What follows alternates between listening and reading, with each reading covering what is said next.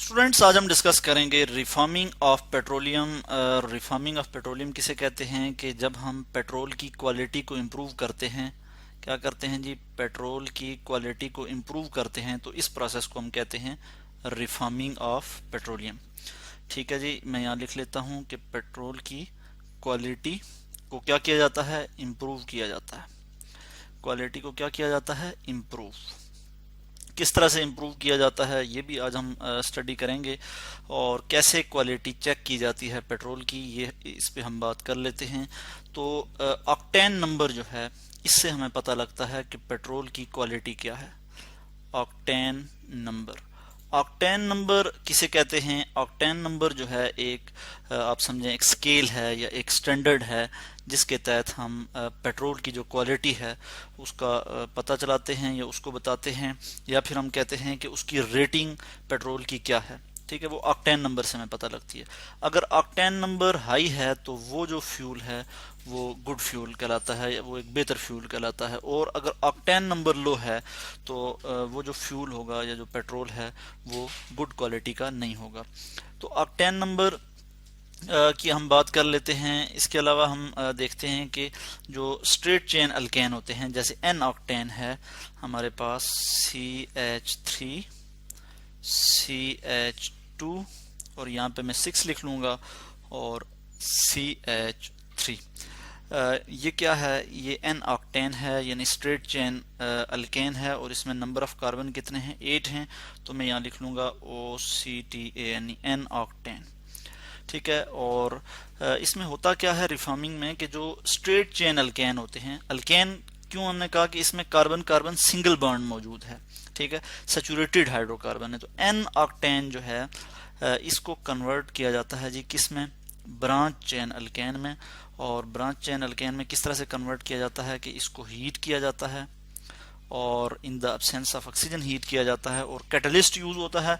और कैटलिस्ट कौन सा यूज होता है? Aluminium chloride, AlCl3।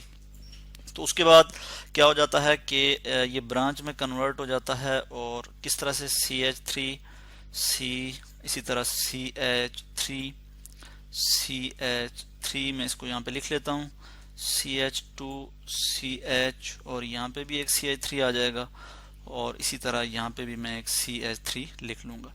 तो अगर मैं इसकी नेमिंग करूँ तो किस तरह से करूँगा कि यहाँ पे कितने कार्बन हैं? हम सबसे पहले लॉन्गेस्ट कंटिन्यूस कार्बन चेन को सिलेक्ट करते हैं।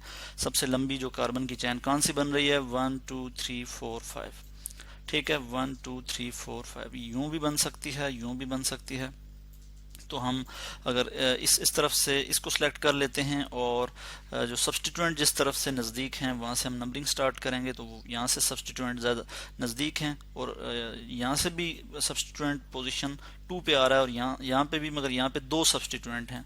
ठीक है, एक ये आ रहा है और एक ये आ रहा है, और एक इधर हम इसको ले लेते हैं एज अ सब्सटीट्यूएंट। तो 3 सब्सटीट्यूएंट हैं और 3 मिथाइल ग्रुप हैं यहाँ पे। ठीक है, ये तो हम यहाँ पे नंबरिंग कर लेते हैं 1 2 3 4 5, और पोजीशन 2 पे 2 सब्सटीट्यूएंट मिथाइल ग्रुप हैं, और इसी तरह पोजीशन 4 पे भी सब्सटीट्यूएंट है, तो मैं यहाँ लिखूंगा 4 2 2 4 tri methyl, tri methyl METHYL, tri methyl. और पेरेंट चेन में कितने कार्बन है? 1 2 3 4 5, 5 हैं, तो हम लिखेंगे पेंटेन, PENTANE, पेंटेन। ये जो है ये ब्रांच चेन अल्केन है। तो देखा गया कि जो ब्रांच चेन अल्केन है उनका ऑक्टेन नंबर ज्यादा है, और उनका ऑक्टेन नंबर कितना है? मैं यहाँ पे लिख लेता हूँ 100। उनका जो ऑक्टेन नंबर उनको असाइन किया गया 100, और जो स्ट्रेट चेन अल्केन है उनका जो ऑक्टेन नंबर है वो 0 असाइन किया गया। ठीक है, और यहाँ पे इसको 100 असाइन किया गया। तो जो लो ऑक्टेन नंबर के जो फ्यूल होता है वो क्या करता है? ठीक है, उससे क्या होता है? अगर हमारा जो फ्यूल है या जो पेट्रोल है, पेट्रोल की अगर मैं बात करूं, वो अगर लो होगा, उसका ऑक्टेन नंबर अगर लो होगा, ठीक है जी, मैं यहाँ लिखूंगा ऑक्टेन नंबर अगर उसका क्या हो जी?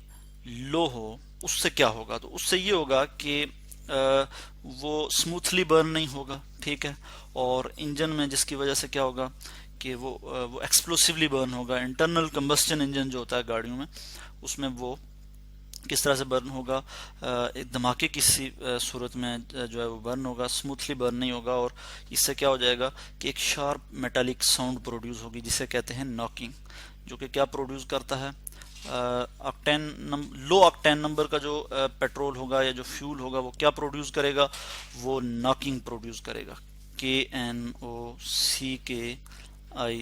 और नॉकिंग क्या है, नॉकिंग जो है एक साउंड है, ठीक है, शार्प मेटालिक साउंड है।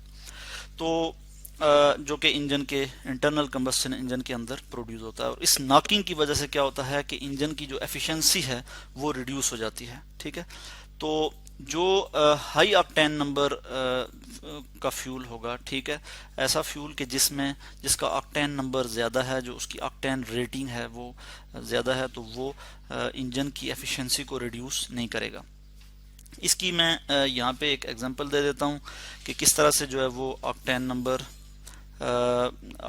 किस तरह से हम फाइंड करते हैं। फर्ज किया हमारे पास एक मिक्सचर है, एक फ्यूल है जिसमें हमारे पास n ऑक्टेन भी है, n ऑक्टेन, और फर्ज किया हमारे पास n ऑक्टेन की जो परसेंटेज है वो कितनी है जी, 20% है।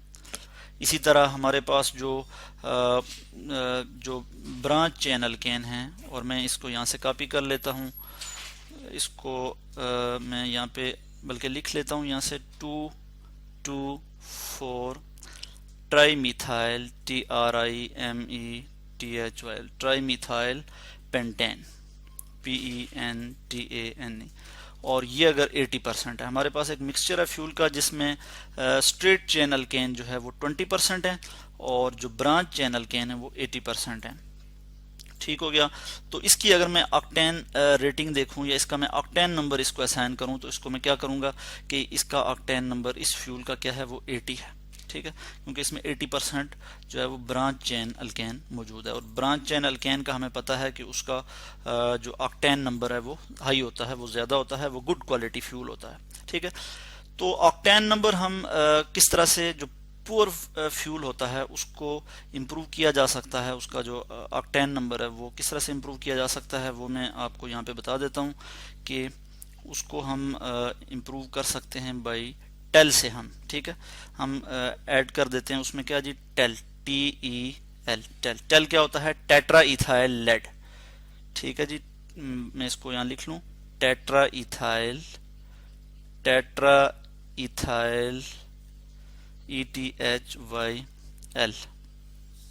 Tetra ethyl lead.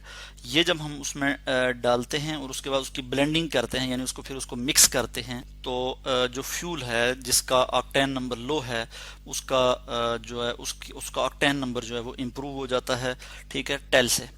तो लेड जो है इसमें यानी PB, ये जो लेड आपको पता है एक एलिमेंट है लेड, ठीक है, ये क्या करता है, ये एक एफिशिएंट एंटी नॉक एजेंट है। ये इंजन में साउंड प्रोड्यूस नहीं होने देता, नॉकिंग जिसे हम कहते हैं उस साउंड को वो नहीं प्रोड्यूस होने देता, तो इसको हम कहते हैं कि ये एंटी नॉक एजेंट है, ठीक है। मगर इसका एक सीरियस डिसएडवांटेज है, और वो ये है कि ये जब इसके चूँकि फ्यूल बर्न होता है, आपको पता है कि इंजन में क्या होता है, फ्यूल जो है वो बर्न होता है। तो फ्यूल बर्न होता है तो उसमें जिस फ्यूल में टेट्रा इथाइल लेड होगा या लेड होगा उसमें, तो लेड का ऑक्साइड बनेगा, ठीक है, और फिर लेड ऑक्साइड जो है, जब लेड ऑक्साइड बनेगा तो ये फर्दर फिर रिड्यूस होके हमारे पास मेटालिक लेड आ जाएगा, ठीक है। ये क्या होगा जी, रिड्यूस होके, REDUCD, रिड्यूस होके मेटालिक लेड सॉलिड स्टेट में ये आ जाएगा, और वो एयर में जो है वो एग्जॉस्ट के जरिए, एग्जॉस्ट पाइप के जरिए वो एयर में चला जाएगा, और इसकी वजह से क्या होगी, एयर पोल्यूशन काज करेगा, एयर पोल्यूशन, POLLUTION। तो इस तरह से हमने आज स्टडी किया कि रिफॉर्मिंग किसे कहते हैं। इसमें क्या होता है, हमने स्टडी किया कि हम जो पेट्रोल है उसकी क्वालिटी को इम्प्रूव कर देते हैं, उसका ऑक्टेन नंबर जो है वो बढ़ाते हैं। तो इस प्रोसेस को हम कहते हैं रिफॉर्मिंग ऑफ पेट्रोलियम।